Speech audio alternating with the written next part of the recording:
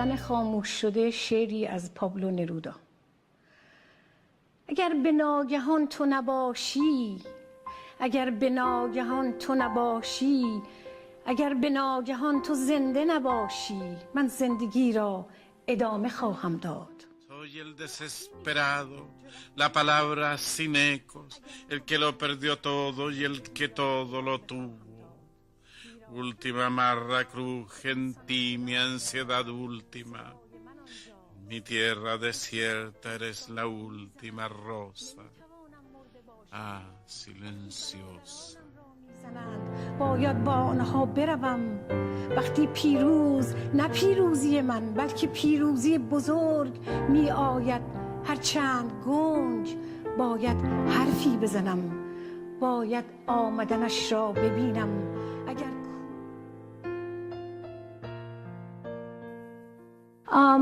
Pablo Neruda, as we all know, Pablo Neruda is the biggest poet in last 100 years in the world. His poetry been translated to any language that we can name. For a period of 4 or 5 years, I was deeply involved with Pablo Neruda's poetry, and since I was reading it every day, I started translating, and I was really in love with his poetry at that period. That's why I translated many of his poems. My poetry kind of comes from my natural emotion and feelings, and as I grew up in my poetry and I grew up with my poetry, I felt that even when I am writing love poetry somehow connects with human misery and social issues.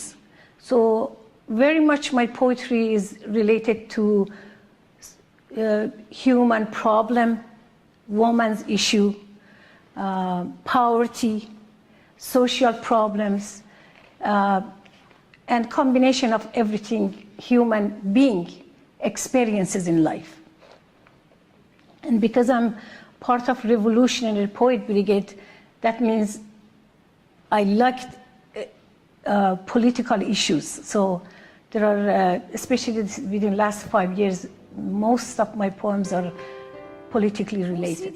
زیر بمب‌های خانگی، زیر دست‌های ترس و تردید، بوسیدیم در خیابان‌های دربدری، در جاده‌های انتظار و در شهر شیطان‌ها.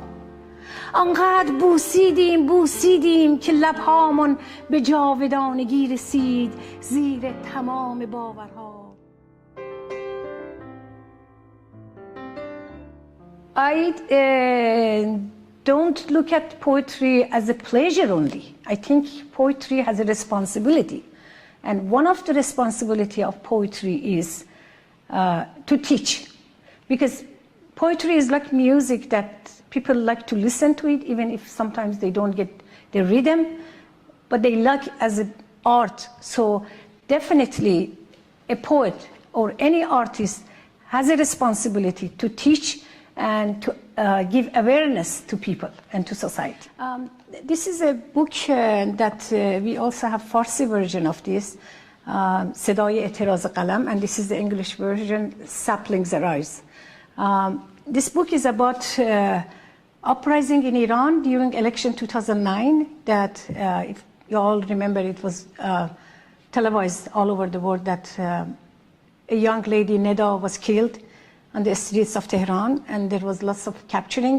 So in that summer, I collected almost anything I can get my hand on, poems that written by Iranian poet in Iran or diaspora. And I put them in a Farsi collection, and finally last year, I finished translation of that collection to English. That's a very big question and good question, because all these conflicts that we see, all these political prisoners, all these prisons that they make, somehow relates to the question you're asking, because people want to do something that government doesn't like or other people don't like.